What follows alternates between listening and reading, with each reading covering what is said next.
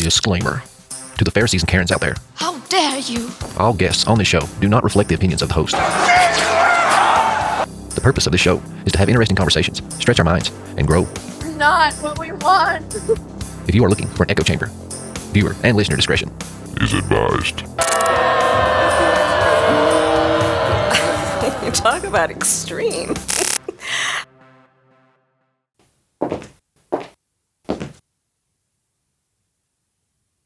What is happening and what is up? Hold out your glass, because we're about to fill it up. Torches high. Look at it from a different perspective.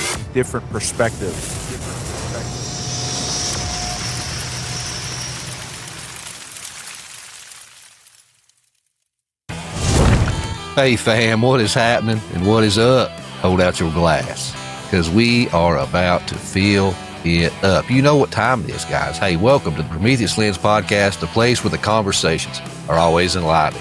I'm your host, Doc Brown, and here we like to use the allegory of the Prometheus lens to take a second look at everything. Hey guys, if you're new to the channel, welcome to the hero's journey. Be sure to hit that like button, hit that subscribe button. Be sure to check out the banner below with all the social medias at their various platforms. That will be much, much appreciated. Hey guys, with all the crap out of the way, let's get to the fun stuff. What do you say? I got another guest coming on that's going to blow your mind and hopefully blow some paradigms and stretch you a little bit. That's what we like to do here. But this is the first time this gentleman's been on my show, the Prometheus Lens. But we actually had him on the Dig Bible podcast. It's probably been a little over a year ago, close to. And this man writes graphic novels on biblical themes, and we talk giants, we talk lion-faced men of Moab. This is going to be a great conversation, so I know you guys are going to enjoy it. And I'd like to welcome for the first time of many, hopefully, Adam Farris. Adam, thank you for joining us, brother. Hey, man, appreciate you having me on, buddy. How we doing? I'm doing great, man. How you been? It's been a while. Life's great. God's great, man. This 3-year journey, every day is something new. It's wild. It's awesome. To be so in depth in the Bible is really helping me out too. Growing up with so many questions that we all have. To being able to get my own answers, it's really awesome. Mm-hmm. Well, for those maybe that hadn't followed me from my time with the Dig and just kind of join me on this journey, just give everybody a little catch up, let everybody know who Adam Farris is, what it is you do. Go ahead and plug that great graphic novel of yours. And you got some more on the way, don't you? Mm-hmm.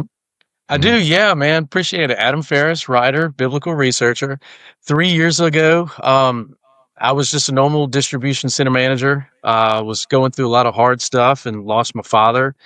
And through all of that, got a calling to initially write a really gritty graphic novel on David and Goliath, of just really to the core, the details that we don't see and who the characters were. For 13 years, I was a why person. So that was just like my mentality of why. You explain why constantly. So, but then as that progressed, I was just researching the Bible, and I started a simple blog of just like, this is weird. You wouldn't see this normally. And that progressed. And then a year into it, I go back and look, and I've got this crazy pattern of more Gibborim, if you will, more giants and hybrids. And it kind of clicked of why it was David and Goliath to start out with. Because it's like right in the middle of craziness and giants and hybrids. And I feel like that was God's way of just like throwing me right into it. And yeah, basically I'm just working on channel content. I've got my second book, Great Fish, on the way, which is a deep dive into the Jonah story. And it's going to be Leviathan, not a whale, not to, spoilers, but it's going to be really wild. So that's kind of what I do, man. I've got the blog and I've got a YouTube page of just who and what and why, who these people were, and to kind of clear things up. And lots of giants, man. Mm-hmm. Yeah, well, you didn't mention the title, but that first book, it was called the 5 Stones, and I got a copy of it. It's really good. Yeah, 5 Stones. Yeah, my bad. 5 Stones, because it focuses on, that's the miscommunication of the story, if you will, because everyone knows one stone and one giant, but mainstream kind of tries to tell us that it's not a giant and it's watered down. And, he might be 9 foot, he might be 8 foot. But that, to me, was the epitome of the actual story. He grabbed 5 stones because there were 5 giants there. And then later on in the story, you find out that the other giants were Goliath's 3 sons and brother. So that's just like, why isn't this story being told correctly? And then you go down, excuse me, the rabbit hole of who they are, and then who kills them are David's mighty men. So then it's like, so David not only killed a giant, but he had a league of giants of his own. So it's like, okay, this is not the story that we know. So that's why it's 5 stones. That's why the cover is him holding the stones, because that's, to me, the truth of the story. And yeah, that's one thing too. I've heard some other people say, like symbolically, that the 5 stones could represent the Torah also. That David, destroyed this man that was blaspheming God with the word. And of course, people can take things and totally, make them whatever they want to be. But I thought that was pretty cool. I'd never heard that before. Well, dude, there's so much of that, like hidden symbolism in the Bible. It's just on that note alone. For anybody that has not, please read it, and don't read the Bible as like it's the Bible and God. Don't read it like that. Just read it because, dude, the history of our world is crazy. And there's so much symbolism like that with the 5 stones, just, like the Adam and Eve and the tree and then the cross and the wood. There's so much of that. It's so deep that surface level, it's taken me 3 times cover to cover to really grasp it. So yeah. And then to your point too, something that I rely on with my research, it involves the Torah, is Moses wrote the first 5 books, right? We know that. He's the one that wrote Genesis 6, 1 through 4. And he's the one that was there fighting the giants. He was the one that was told he couldn't go into the promised land and that Joshua and Caleb would have to, he'd have to pass the torch. So it's like, you can't take the supernatural element out of it, because the guy that was there, all of it, wrote the first 5 books, not just one book. So to me, that shows that craziness is going to continue on, and by a dude that was there fighting the Amorites and all that crazy stuff. Yeah. So yeah, dude, you can't miss the symbolism. Yeah, and the Amalekites, those are the first people that God's people encounter in their wilderness wanderings, and they have a battle. And that's where you get the famous Moses and the staff of Yahweh, or the rod of Moses, some people call it. And there you have Moses having to stand on a mountaintop and hoist this rod over his head. And that's the only way that they're able to overcome these hairy, feral, giant clans known as the Amalekites, the blood lickers. And it said that when he would lower his staff, that they would start losing. So, I mean, that showed you that staff had to be up. Exactly. And to your point, too, of why, because that's one thing that a lot of people use is the Amalekites. Well, why would God ask for these people to have to die? Well, beyond the obvious, the face value, the liquors of blood and stuff. So in the book of Esther, you remember Haman is trying to kill all the Jews. Mm-hmm. And then he ends up dying and blah, blah, blah. Well, he is an Agagite. And in the Orthodox Jewish version, there is a transcription for Numbers 24:7. I don't know if you've seen that. Yeah, but what that references exactly is referencing Amalekites and Agag being one of the first nations, one of the first kings. And then Nimrod in the Orthodox in the Living Bible is mentioned as one of the first kings as well. So it shows, through those, just like we were talking about with the 5 stones and everything being linked, it shows why the Amalekites and King Agag specifically, it's because they were one of the first Nephilim bloodline nation, all that craziness. And then they were still, and all his descendants were still trying to kill the Jewish. Like that was in their blood. That's who they were. So they were just the epitomes of evil. And that's why they had to go. And if you don't, get into it like we discussed, you're going to miss these points. And then something too really weird that I've heard is the Amalekites, the Midrash references them to being shapeshifters. Yeah. Well, Kirk Eliezer and Rashi both say that yes. they were sorcerers and shapeshifters. So there's speculation that that's where pigs came from, and that's why pork is part of Mosaic law to not be eaten, because God made the boars, and the Amalekites, through what they do, made pigs, and that's why pig skin's so close to humans, and that's why pork is outlawed. So whether that's true or not, that's a great point backing, because what he specifically says, all the animals, everything. That doesn't happen anywhere else for any other groups. Yes. There are people that need to be rid, but it never specifies the animals and everything. So you put all those pieces together, it's like, yeah, what else do we not know about animals and food? And, because a lot of people hearken dinosaurs to pre-flood. Obviously, that would have been the same line of genetic modification. And we know that Nephilim were doing that, and we know that Shamash, the Moab god, and all those, that was kind of in those lines. So yeah, man, like, and who were these people? What was going on? And to back up your point, how you'd said, whether it's true or not, I tell people all the time, that is irrelevant. I mean, because whether it was true or not, they're writing about it. So that shows you they believed it. Whether it's true or not, they believed it. So it influenced their writing. So when you're reading their stuff, you need to know what they believe and what they thought, whether it's true or not, because that's how you're going to understand the story they're trying to tell. And a second point I wanted to bring, I didn't know if you were aware of it. When I wrote my book, The Epic of Esau, I really deep dived into the Amalekites and Esau and all that genealogy. And one thing I found really interesting was the prophet Balaam, when he was paid to curse God's people, but instead he gave a blessing.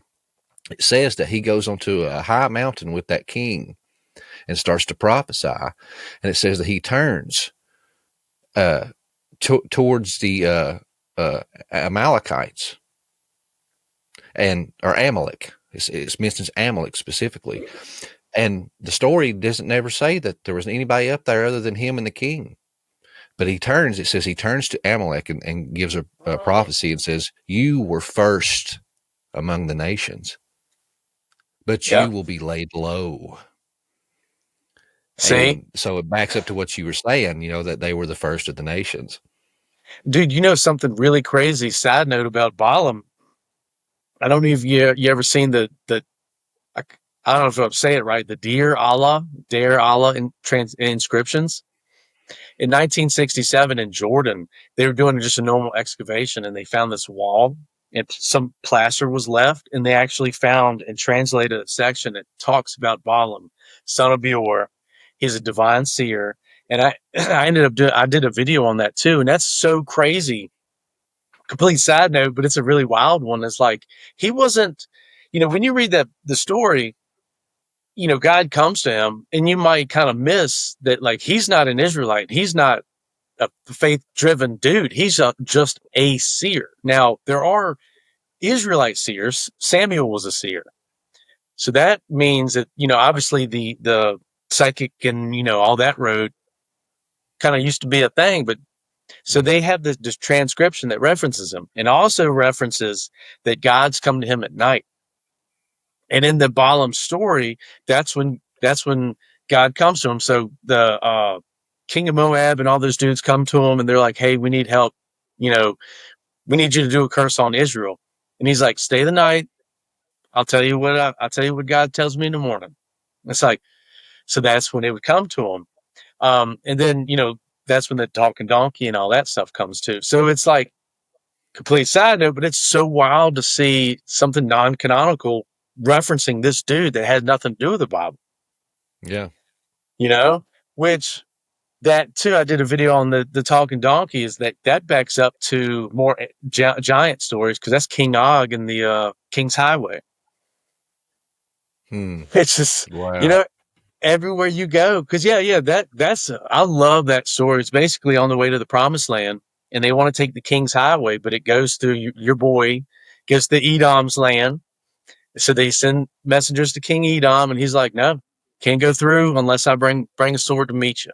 So they got to go around. And while they're camping, King Arad, the Canaanite king, he shows up and it says specifically that he had heard that they went by the journey of the spies.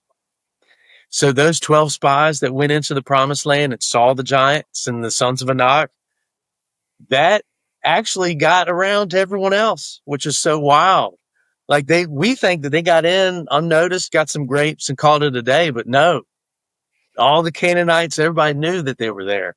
So he shows up and then, gets his butt kicked and they get on down the road. And that's when they get to the land of the Amorites. They meet Sihon first and then they meet King Og.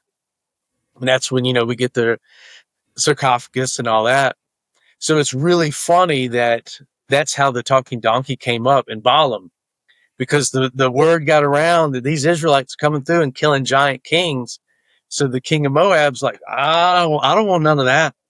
Let's go get Balaam. And they go get Balaam, and then Balaam tries to do it. You know the story from there. Tries to do it, and God's like, nah, I need you to do this. And then the talking donkey. So yeah, dude.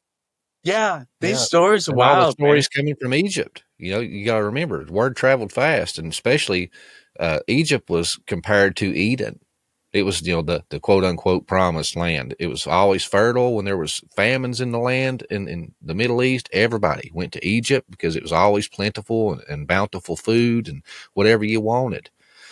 And they just heard that this group of people and their God devastated Egypt, wiped them out and hit them with plagues and all this stuff. And I mean, they were probably scared to death when these people started coming their way, just from the stories they had heard. Because, I mean, look at Rahab. Rahab, when the spies went into her room, that's what she told them. She said, yeah, the people are scared to death. They've heard you were coming, and they heard what happened in Egypt. Yeah, everybody's scared to death. And these were like giants and hybrids, dude. Yeah. Which is like we talked about earlier. If you don't take this part into the stories, you're missing the point. You're missing the gravity of this. Like, are you familiar with Solomon's Molten Sea? Oh yeah, it was outside of the temple complex. So I did a deep dive on that and the Gibeonites. So in Joshua, you remember the Gibeonites, like we're talking about, the word's gotten around about Israel.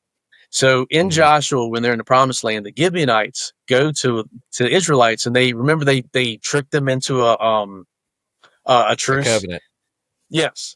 So that covenant specifies that they will be woodcutters and water carriers for the temple for life.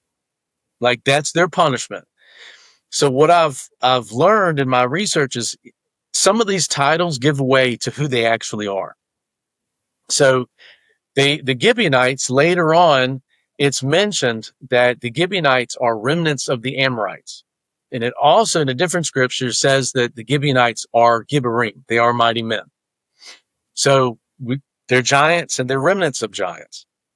Now they have a lifelong promise to the temple to be woodcutters and water carriers. Basically, they're a tribute.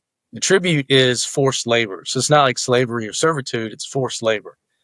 You only see tribute when it's tribes from the promised land, right? Everyone else goes into slavery and servitude, but only the Amorites, Girgashites, Perizzites are tributes, forced labor.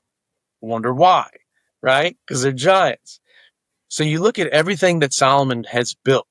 It's all huge, big temples, big this, big that. The molten sea, it looks like a big chalice, but it's a sacrificial cleansing before baptism was a thing. As a manager, when you do something, when you have a big challenge, you count your resources. At least this is how I was trained. It's like, all right, we got a truck, 1,500 tires, and we got 5 people, right? If you look at everything that Solomon's built, feel like he was counting his resources. So he had 70,000 stone carriers and 80,000 stone cutters, right? So that shoots the pyramid thing. But how did they transfer those blocks? Well, big dudes was carrying them rocks, but specifically the Gibeonites. Are you a hunter, a hiker, or just an outdoor enthusiast? Well, if you are, you know that good quality gear is hard to come by. And finding all-American made is like finding Bigfoot in the woods. Hence the name of Squatch Survival Gear. Head on over to squatchsurvivalgear.com. Use the code PLP10 for 10% off store-wide.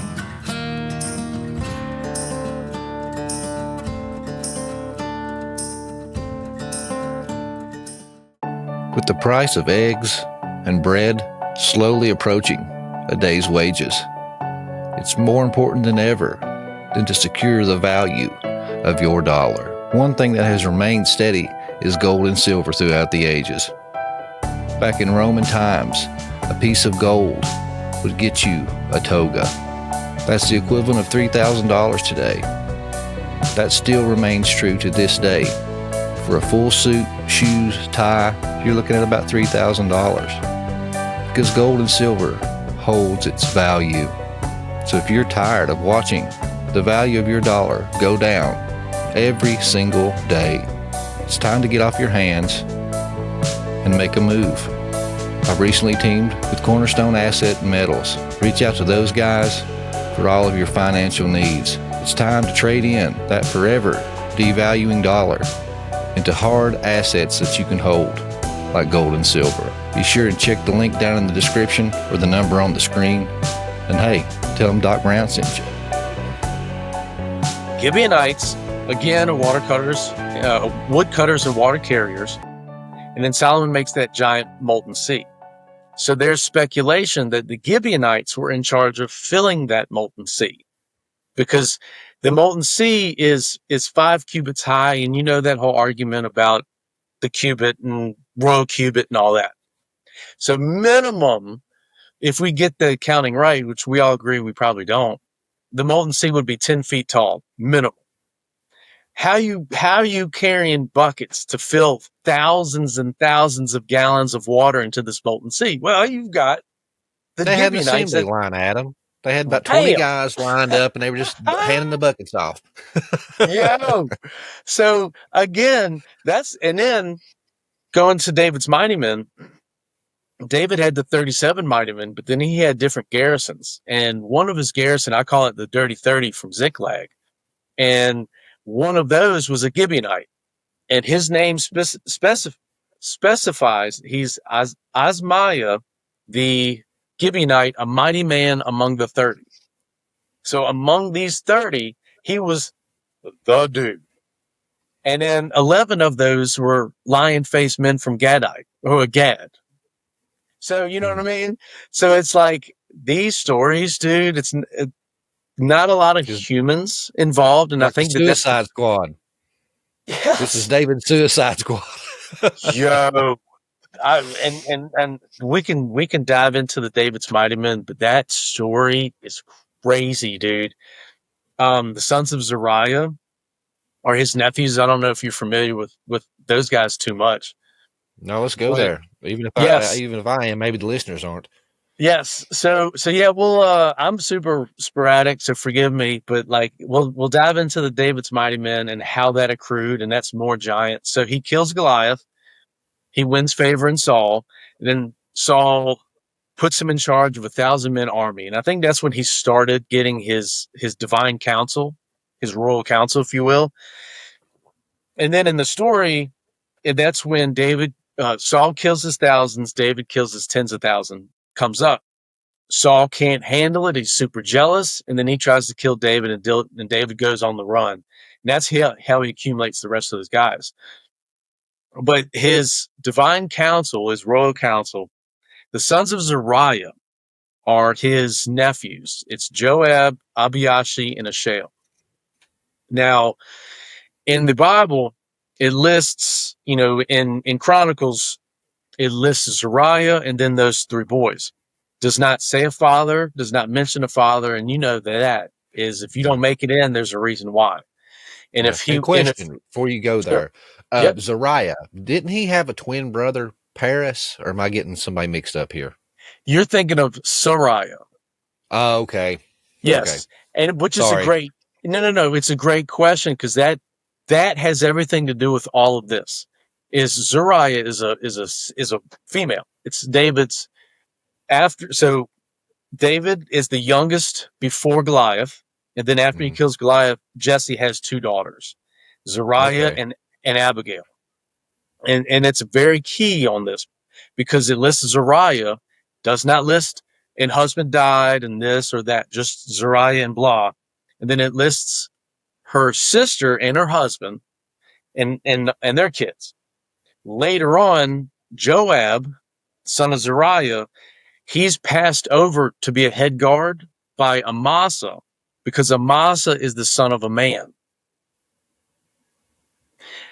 And that's key. That's why there's no husband or father listed because he was not human. Zariah, David's sister, hooks up with Nephilim or whatever. Men? Yes. And then has the three sons of Zariah. Joab becomes David's head guard. I think that's happened when he gets the charge of the 1,000-man army. And then Abiyashi becomes captain of the top three of David's mighty men. So there's this crazy competition in David's mighty men of who's like the toughest, it's just really cool to read it, to see that there's this crazy competition among these giants. And how ancient men are just like us. We're all still competitive. We want to be the top dog. So it's Joab, and then Benaiah is charged over David's bodyguard. And Benaiah kills the lion-faced men of Moab. That's the first time lion men show up. But what I was going to say was Benaiah, just like we were talking about, he has a name among the three, but he is not of the three. And it says it in the Bible. So it's like, you're a bad dude, but you're not, you ain't like these guys. That's just wild, right? In BC times, Jesus, like said, they're just like us. So anyway, and then he has a scribe, and he has this one gentleman named Adoram, but it's spelled three different ways in the different stories. It's Adoram, Hadoram, and Adorium. So I think maybe like a title or a nickname, but that literally means Lord of Height. And he was over the tribute, the forced labor. So as David was going through, he was doing raid parties, and that's how he was growing his mighty men. But he had the Lord of Height that was over all of the forced labor. You know, you need a big dude to be in charge of all these giants. So he grows this group, and he's on the run. Saul's trying to kill him, and this is a part you're going to like. He shows up in Nob, and he goes to meet Ahimelech the Hittite. Now, Ahimelech is a priest, and it's safe to assume that he is an Israelite in some fashion because he's there and he's accepted, or at least he's part of the group. But he's a Hittite. Now, Hittite, are another group of giants. They're the ones that cause you to tremble, the terrors. He shows up to Ahimelech and says, "I need a weapon. I'm on the run." Ahimelech says, "Well, I got Goliath's sword." So this he's like 19 at this point, 18, 19, 5, 2, 3, 4, 5, whatever it is, carrying around this 7-foot, 8-foot sword from Goliath. So while he's there, he bounces. Saul shows up with his dude, Dog the Edomite. I don't know if you've down a rabbit hole of him, but he's a Gibberim as well. Yeah, so Saul shows up with his bodyguard, Dog the Edomite. And now there's a couple times that this thing specifically happens. So they can't find David. He's already bounced. So Dog kills 86 people and then decimates the entire town of Nob. Mm-hmm. Now, that has only happened a couple of times, and each time that somebody does that, they are Gibberim. They come from Nephilim bloodline. So Joab, one of the sons of Zariah, he conquers Jebus, which becomes Jerusalem himself. We got Dog, and then who comes in? Man, it's on the tip of my tongue. It'll come to me later, but a couple of times these guys decimate towns by themselves. And you can track that to, like I said, Nephilim. So then Dog, they bounce. David goes to Gath, but then he pretends to be crazy, and he's not there very long, and he bounces and he goes to Moab. And then while he's in Moab, he is given that was in Gath. He starts forming raiding parties for the king of Moab, and that's when he starts accruing more of these guys, the lion-faced men, because he has a few of those that join his 37 mighty men. He bounces and goes back to Gath, and this is where he accumulates a bunch of his giants, because Gath and Gittites. So he shows up and he gets Ittai. Ittai is the commander of a 600-man Gittite army, and they all join allegiance with David. So that's 601 Gittites that join with him as he bounces. He gets on down the road, and that's when he becomes king of Judah. And that's, so he's he's got the top three at this point. So top three: Adino the Etzni. Etz means tree in Hebrew. Then you've got Eleazar, the son of Dodai, the Achochi. Achochi, translated to a Hoite, is a howling beast. So that's more of your Edom stuff. And then the third is Shamama, the son of Ag, the Herite. And Herite means mountainous or mountain dweller. And these are his top three brutes. In each one, like Adino kills 800 himself. The Achochi is the story where he's in the field of lentils and he fights off thousands of Philistines and is to the point his hand claves to the sword. So yeah, dude, he's like accruing these groups of people and these giants that are just siding with him. And the entire time in the story, he's like telling them, "No, you don't want this. You don't want this life." And they're like, "No, we're signing. We don't like what Saul's doing." And then his sons are trying to kill him. And you mentioned Saul and goodly earlier. That's another one of those giant words. So we got Gibberim, but then we got goodly. Goodly, Saul is a goodly man. He's shoulder to head taller than everybody in the land. Benaiah killed 2 lion-like men of Moab, but then he later kills a goodly Egyptian. And certain translations do put that as an Egyptian giant. But then specifically, one of David's sons, he married 6 women from Hebron. Hebron used to be Kirith Arba, father of Anak giants. And one of his sons is a goodly man from Hebron. So goodly and Gadol are used to emphasize the height of these giants and not just Gibberim as they were giants. So as he's accumulating these giants, one of his goodly sons is trying to kill him too. Now, this is just a question. Do you think this is why God did not allow him to build the tabernacle? Because I know in the scripture it just says, because you have shed too much blood. But when you take all the stuff you're saying in context, he was a warrior king. And he was fighting fire with fire. He was a military strategist. So he was saying, yeah, we got to wipe out these giants and all this corruptness in the land.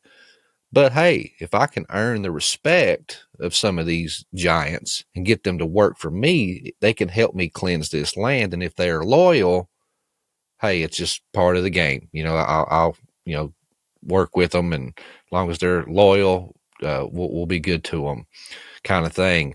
And then where God seeing that, it was like, okay, yeah, you've shed a lot of blood. You're a warrior king, but you've made all these alliances with these giants to get this peace. So therefore, when you hand everything off to your son, his hands are going to be clean, and then I can start my kingdom of peace through your son. Yeah. Do you think I that's think, kind of what's going on? yes. So, yes, it's super complex. Yes. So the one thing, with Absalom, you know how Absalom, he's known for this crazy hair, and that's what gets caught in the tree. And that's a good detail with Joab, because Joab takes 3 spears in one hand and kills him. So that's giving us a, yes. So that's giving a I missed reference. that. Yo, there's a bunch of good reference points in the Bible. So Joab, son of Zeruiah, takes 3 spears in one hand and kills Absalom when he's stuck in the tree. So that's Oh, a big wow. hand. It's a big dude, Yeah. right? And he, like I said, he's the one that conquered Jebus himself. So Ruth is a Moabitess, and Ruth is in the line of David. Mhm. So I think that might be some of that Absalom hair, Moabite lion genealogy. So I Arrow think that, giants, the Mount Seir, which means hairy. I mean, yeah, that's another thing I was going to ask you, because the lion-like face of Moab. Do you really think these guys had lion heads, literally, or was huh? they describing feral giants, just like hypertrichosis, or what we would call a Bigfoot, just a human but covered in hair? Yeah. So to that, yes, they were. Whatever it says, I take it as. So lion-faced men were lion-faced. And to go non-canonical, is there anything else on this planet that shows a human with an animal head? Lots of that, right? So I Mhm. take that as, yes, you can sign that, take it to the bank, that they were lion-faced men, because that's all over Egypt, is bird heads, dog heads, Anubis, all that crazy stuff. So I think that, yes, if it says lion, we can take that. And The name Hercules Hercules, had that thousands, lion head helmet. yes. And the names of the giants and the names of the tribes, it's wrote specifically because it's meant to translate. Like, it's not meant for us to go like, oh, it was the Jebusites and they're da da da da da. No, that was the description of them, were the tramplers of men. The Mhm. Girgashites, we talked about that, were dwellers in clayey soil, to take and to grab. The Archites means to gnaw, right? So why would you call somebody Cannibal. gnaw, right? So yes, that's something that we are missing, is when you don't translate what it says, because in the genealogy it says Ham and this and that, and the Jebusites and the Girgashites. So anytime it says that, you're supposed to read it, because it's telling us what it is. Because again, these weren't stories that were wrote down and it was books passed. You were supposed to memorize these stories, and that's how all of this came about. So the Hebrew language is more descriptive than anything. But to go back to like to giants, there's so many different giants, and I'm gonna tie this into your first question with David. So the story of Nabal, in the David story, as he's accruing his mighty men, they stop at Nabal, and they pop in, and the story goes, Nabal was a great man in the land, had a bunch of sheep. He was churlish and evil because he was a Calebite. If you're someone who still thinks the wild has secrets, who feels stories woven into the wind, this brand's going to hit home. The Soul Squatch makes Squatch-approved gear. I don't mean that lightly. This stuff is functional, yes, but it's laced with legend. It's for people who believe in what's out there and what it brings out of them. They're hats, beanies, stickers. They're designed by folks who live and breathe the myth. No gimmicks, just real outdoor gear with soul. Go to thesoulsquatch.com and find something made for fellow believers, wanderers, or anyone who still listens when the woods go quiet.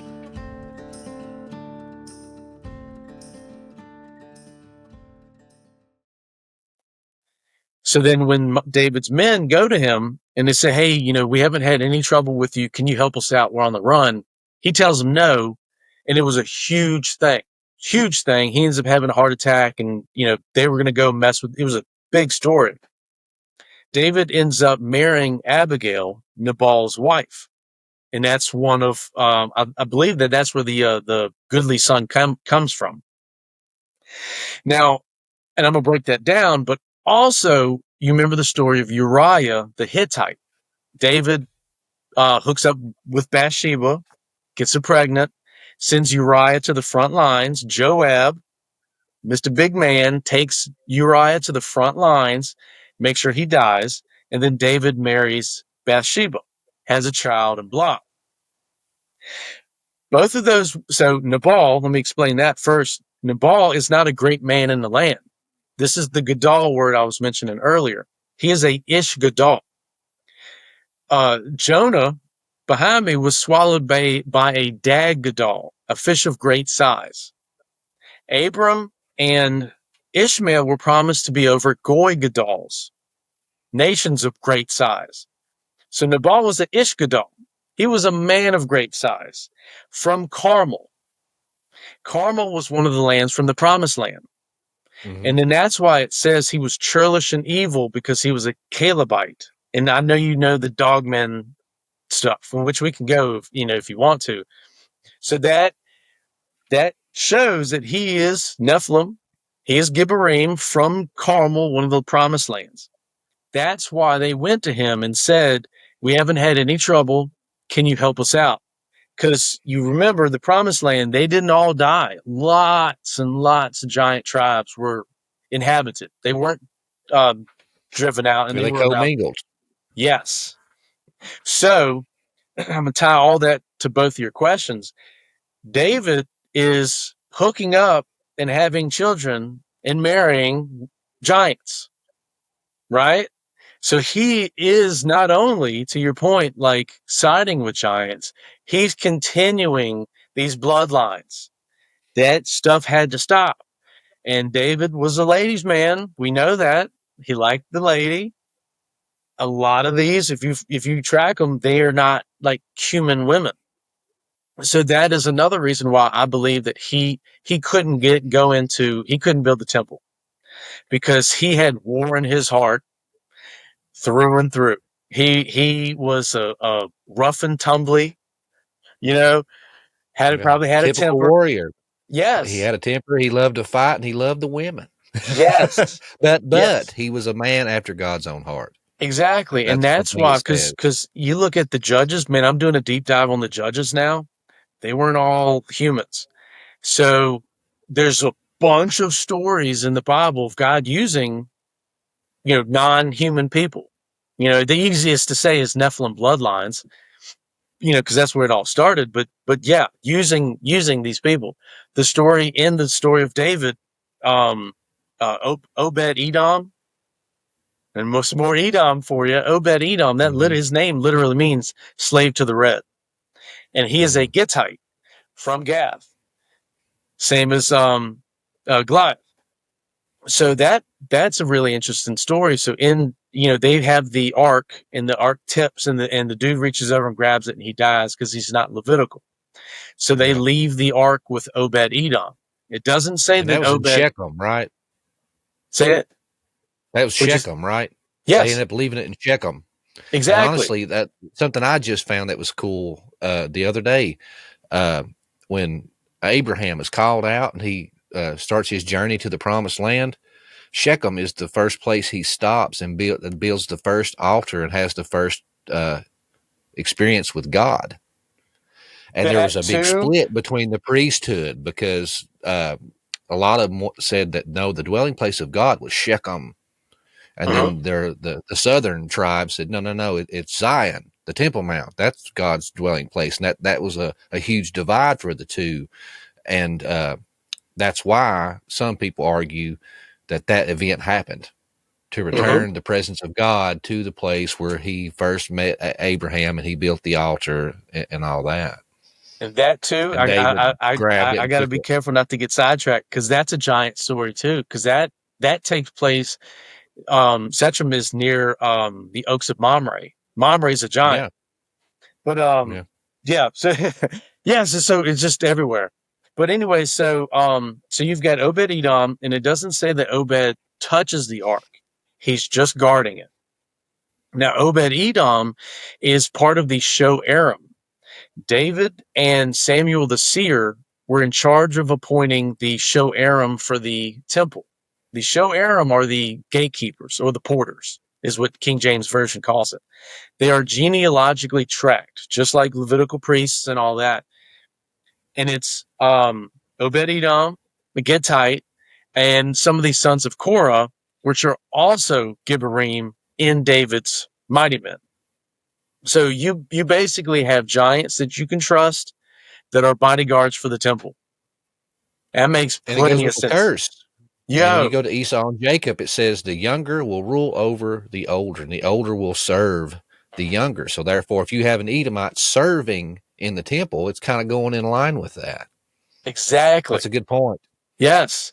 So then later on in that David story, when he has the census and he faces the plague stops at the threshing floor of Ornan the Jebusite. Jebusites are the tramplers, and Jebusites were allowed to stay in the land of Benjamin. And a bunch of the 37 mighty men, if you track them all the way back, they come from Benjamin. A bunch of them come from Benjamin.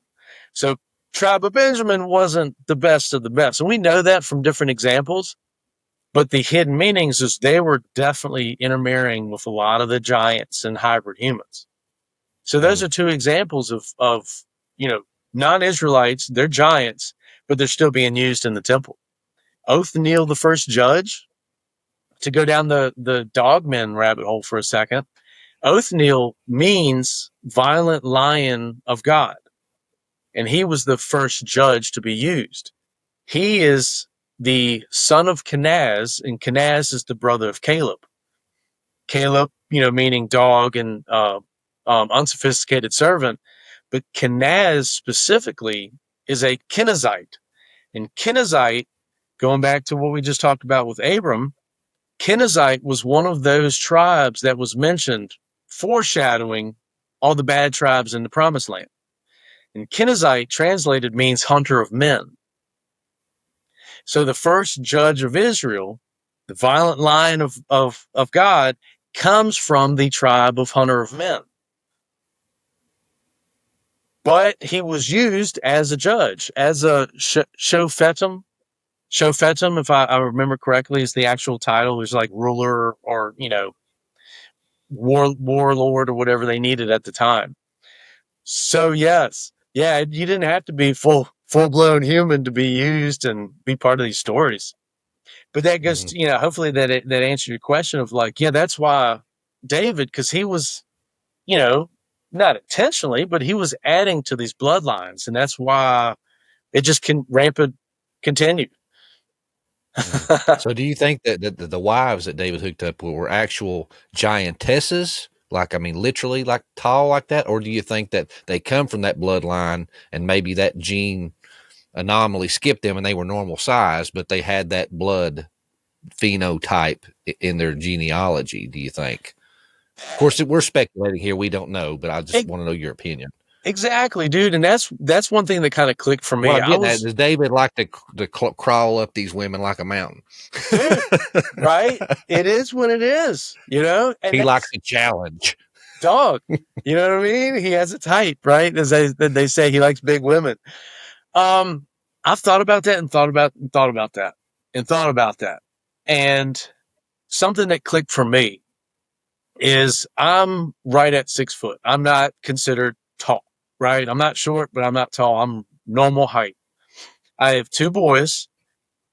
Both my 22-year-old towers over me, and my 12-year-old is just about as tall as me now. And he hasn't hit what happens here in a few. He's going to be a monster. Tall mama, tall grandfather. And that kind of clicked is like whether they were or they weren't. That's the answer in the Gen 6 thing is the females and conception basically. And that was why it was, even it says specifically, in Joshua, that with the co-inhabitants, they took wives from their tribes, and they took the sons from they intermarried. So it's like, well, it's hard for me to answer whether they were or not, because I just can't, right? So, but I did see there's I'm gonna say it wrong, Rosario, a map, an Italian map from the 1500s, and in the bottom corner, in like, I guess Australia, whatever, they show a tribe of giantesses. Because you know how the old maps are like the true maps and the new maps are the fake ones. So that to me confirms that there are giantesses. I'm going to leave the story PG for my own, for my own understanding, and I'm going to leave that as a question that I can't answer. But yeah, dude, like, was he? Because think about Bathsheba. The story goes that Bathsheba was the most beautiful in the land. Like, she was just this thing that was hard to not look at. And Piece. Dude, and when he saw her, he lost his mind. Was that what they were saying? That she was just this beautiful, very large female? Long legs, Lenore. So, but yeah, dude, there's these crazy, like, he was the original Conway Twitty. You know that, right? Yeah, exactly. And I got another one for you. Down and softly whisper. Well, so in the story of Deborah, when Timnah strikes the tent spike into Sisera's head, and then Barak comes into the tent after, and he sees what happened, and she tells him what happened. Here's a good one to wrap your mind around. Timnah is a Hittite. So was she a giant? And was that a giant tent? Had to be a pretty strong woman to take on another warrior and kill him like that and run a spike through his head. So I love these mental exercises with these stories because if she was a giant, that meant that was a giant tent. And that meant Barak came running into that tent and was like, "What'd you do?" You know what I mean? So was that how he was supposed to be mine? Like, oh! So, you know what I mean? So yeah, like I love kind of like just twisting it. Like, what did it really look like there? And were they, was it giant men and just normal women? Or I personally, if the gun was in my head and I had to answer the questions, I would say that basically, like, look at humans now, and that's how it was then. We've got Shaquille O'Neal, we've got Hafthor Bjornsson, we've got Peter Dinklage. You know what I mean? We've got all forms of humans now. Got Wee Man. Dude. And that gene pool from the Nephilim was not thousands of centuries, right? That was only a couple hundred years at best. So that was still dude, that was pretty dirty gene pool at that point. Like with Lot. I mean, that's a fun one too, of where did the lion men come from? Is I like to look at it like black and white, like real, like how could it actually happen, and not, magical and whatever state. It's not my lane. It's not stuff I know about. But if you track Lot, he was single all the way up into Sodom. And the angels that blinded everybody in Sodom, it says that it blinded all of the small and the great. Now, in the Orthodox Jewish, that's all the Katan and the Gadol, meaning all the people small size and people all the great size. So that puts Nephilim there in Sodom. We already thought it, but that confirms it, at least in my opinion. Well, so even the War of the Five Kings, these five kings are taking on giants, and they're defeating them. And they went to Sodom and destroyed it and took Lot as a prisoner. So, I mean, they were marching through these Nephilim giant towns and cities and taking them down because they refused to pay tribute. So, they were there. Exactly. Which, too, you bring up another point I don't want to forget.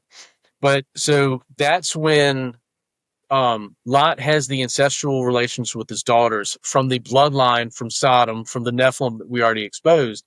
And then the incest was enough of a stressor to kick off the those benign genes. You know, and if you look at Yes, and that's what happened to Ham. Ham and Noah, when he uncovered his father's nakedness, he slept with his father's wife. So Canaan was born from an incestuous act, and that's why he was cursed from the rip, man. Yeah, yes, good point. and if you look at atavism, atavism is a benign trait that brings an animal-like feature. You know, people born with Oh, wow. tails. So What was it yes, called? atavism, atavism. Again, looking at it black and white, just how could it like physically happen? And incest by itself is enough to mess genes. But if you go and put something crazy already in the genes, and then boom, you got lion-faced men, that's an easy connection. But to your point earlier with like what you just said, but with the kings and Lot, it's an interesting point that Abram was friends with Mamre, we mentioned earlier. And so when Lot gets kidnapped, Abram gets Lot, Eshel, and Aner, the Abram's allies. Now, they're all Amorites. They're all giants. Now, And you know how he got those allies, though? well, it says... The book of Jasher. Oh, okay. The book of Jasher says that when he left, Nimrod tried to kill him, and he couldn't kill him. And out of fear, he gave him all kinds of riches and presents and livestock. And it says that he gave him 300 Gibborim men. There you go. And So, I postulated just the other day to my buddies, I was like, it says he goes to Shechem and stops right first. What if he just says to those guys, hey, I'm going to set you 300 fighting Gibborim men free, but you're going to be my allies. If I ever need you and come to call, you have to respond to the call. Yep. And I told my buddy just the other day, I was like, what if the 300 men strong men that he took to fight these 5 kings to get Lot back was these guys that you just mentioned that he received from Nimrod, according to the book of Jasher. Wouldn't that be crazy? So look, yeah, Eshel, again, it's Mamre, Eshel, and Aner. Well, Eshel, go to Numbers 13. That's the Valley of Eshel, where they found the giant grapes. So that was his valley that they went and found them grapes, and that's why Mamre. And this, for me, I'm not a Book of Enoch guy, but I like to take the root cutting thing and apply it to these little incidences. So, the oaks of Mamre are Mamre's forest. Why would they be named Mamre's forest? I don't think because he lived there, because he probably grew them and made them. This hidden knowledge that they had would have been passed through their bloodlines. Then you got the Valley of Eshel, and you got the large grapes. Also, Gilead. Gilead is a promised land area, and a few of David's mighty men come from Gilead. And twice, a balsam of Gilead is mentioned in the Bible, but when it gets translated, it becomes medicine from Gilead. So it's like, we know that Enoch's not canonical, but are these little details putting it together of this hidden knowledge and what they were doing on earth and you know how then you look at the giant rocks that look like trees, you know what I mean? So yeah. And then it specifically says that at that point the Amorites have not realized they're evil yet. So Abram's just, to your point, hanging out with these mass amount of giants and becomes friends with them. It's like, yeah, hey, my nephew got kidnapped, will you guys come with me? And they're like, yep, done. And then they go. So how wild of a story is that, dude? That Abram was not only hanging out with giants, but when brought some giants. Yo! And they were mercenaries, because you remember that story. What happens? That they recover Lot, but they also recover all the riches and livestock that these kings had stolen. And he goes back to the kings of the cities that were conquered. And they're like, oh, take this much. We want to give you all this stuff as a gift, as a thank you. He's like, no, I ain't going to take this. That way you guys will say, that I became rich because of you. In other words, he didn't want to be beholden to them. But he did say, what you plan to give to me, give to my fighting men. Dude. They were mercenaries. He paid them. Yo, give them to my giant buddies. Get them straight. Yeah, oh my take care of them. Like I go crazy on these stories, dude, because it's again, if you don't take in, um, singers, this is wild.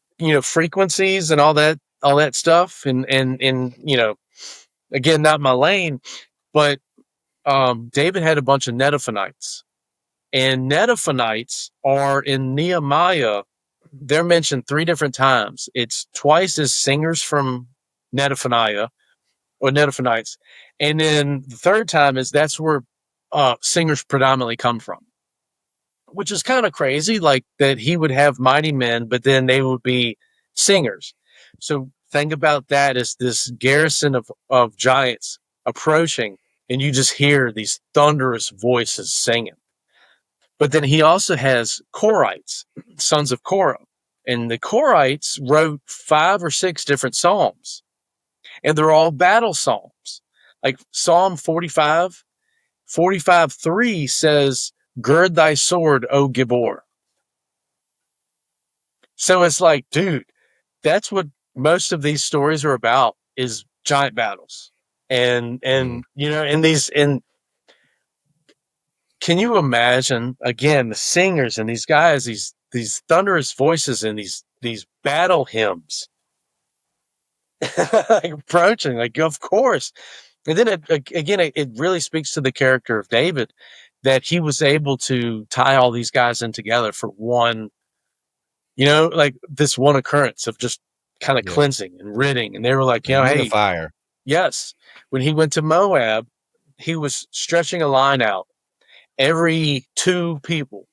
Well, I think it was about feet, like every 2 feet or 3 feet, he would kill and save.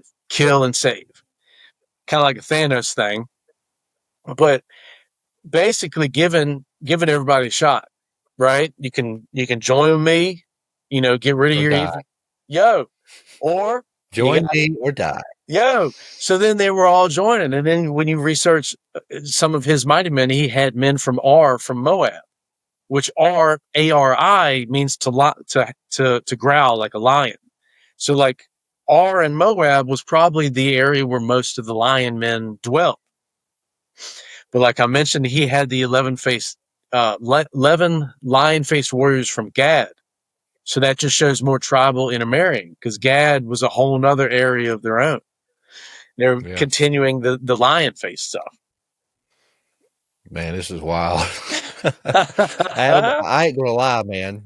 You blew my mind a few times today, and this has probably been one of my more fun and interested discussions that I've had, man.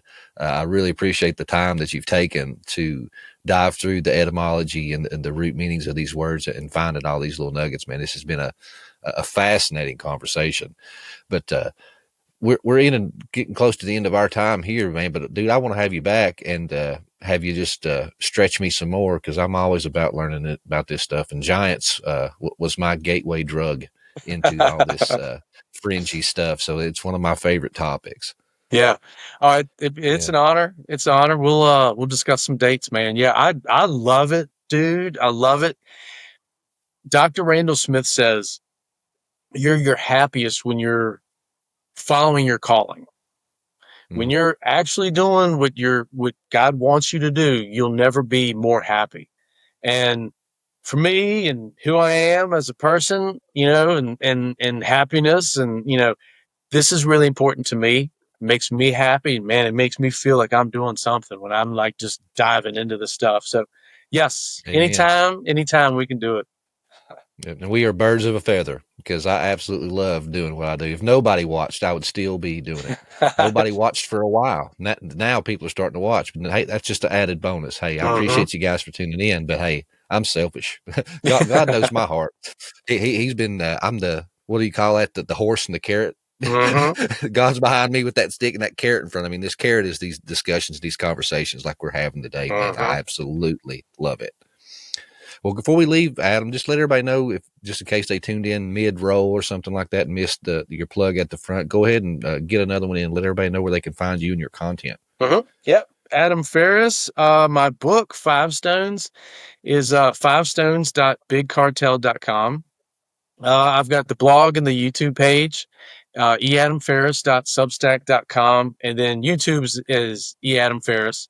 I've got a bunch of stuff, a bunch of dives like this. I'm on Instagram too, eadamferris. I try to keep it simple. That's my name. So I'm super accessible, and again, love talking about this stuff. So anybody wants to holler, please do. Hey, awesome, man. Hey, I appreciate you. Like I said, I appreciate the time, the dedication, and the work. And you've done your research, dude, and I appreciate it. I'm thankful for people like you. But guys, if you enjoyed that, man, be sure to check out Adam's stuff because, as you can see, he's a well of knowledge, man, and we just scratched the surface. So I mean, if you're still itching, go find your way to his stuff, guys, and you're not going to regret it.